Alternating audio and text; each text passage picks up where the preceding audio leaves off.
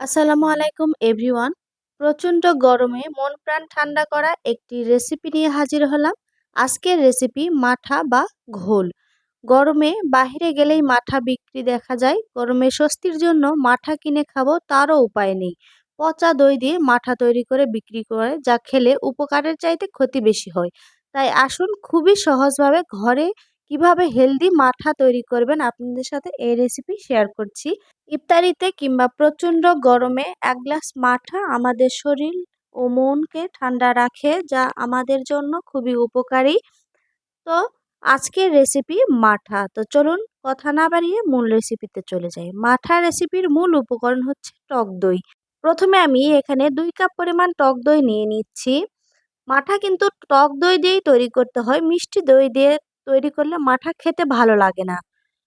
2 cup টক দইয়ের সাথে measurement কাপের ওই একই কাপে আমি 2 কাপ পরিমাণ পানি দিয়ে দিচ্ছি।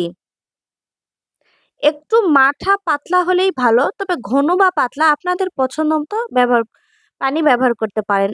যদি চান একটু ঘন করে মাঠা তৈরি করবেন, সেক্ষেত্রে পানির পরিমাণ একটু কমিয়ে দিবেন।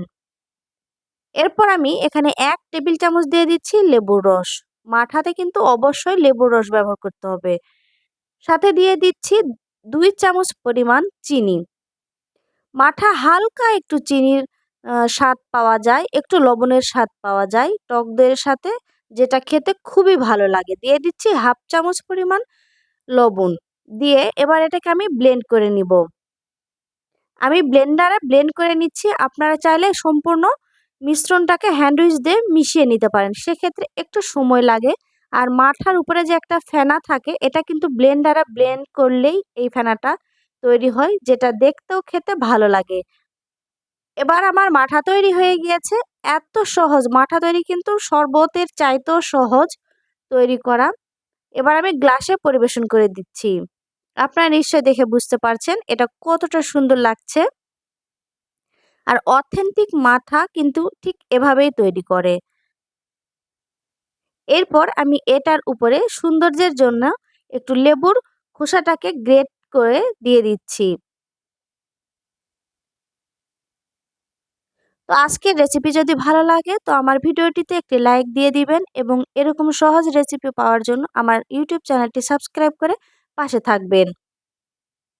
এরপর আমি পাশে লেবু কেটে ডেকোরেশনের জন্য দিয়ে দিচ্ছি।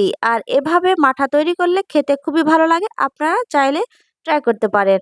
তো আশা করছি আমার এই রেসিপি আপনাদের ভালো লেগেছে। তো আজকের মতো বিদায় নিচ্ছি। দেখা হবে পরবর্তীতে নতুন ভিডিওর সাথে, নতুন রেসিপি নিয়ে। আল্লাহ হাফেজ।